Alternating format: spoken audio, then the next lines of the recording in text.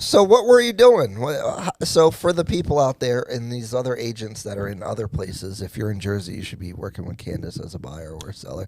But if you're in somewhere other place, how are you getting these offers accepted?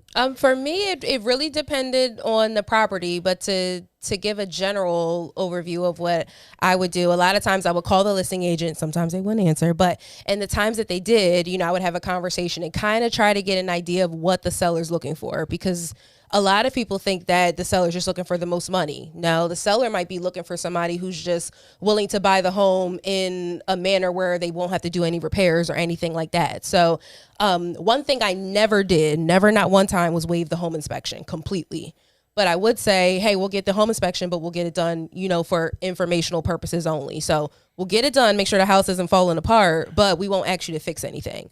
That alone would be huge. And then I would offer a shorter inspection period too, because then if I do decide to back out, now instead of me wasted, 10 or 14 of your days or whatever, I maybe only wasted like 5 or 7.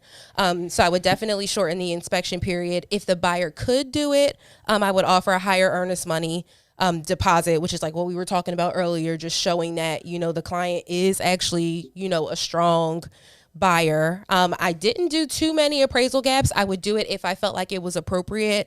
And guys, if you don't know what that is, it was back when people were offering just slightly above, offering them more than what the house was worth. So if you're offering, $400,000 on a property with a $10,000 appraisal gap, if it only appraised at $360,000, then you would offer to pay them $370,000 for the property. But in a lot of cases, that meant that the extra $10,000 was coming out of your pocket. And a lot of my buyers, again, being FHA, didn't always have the extra $10,000 to offer. So even though appraisal gaps is kind of what people were doing in order to win, you kind of had to be creative in other areas. I would offer to do the CO sometimes. Like, again, a lot of times people just want the ease of selling their home. It's convenience. And I was just willing to do that. So those are just some of the things that I was doing. That's awesome. Awesome. There you go. I wasn't doing all that.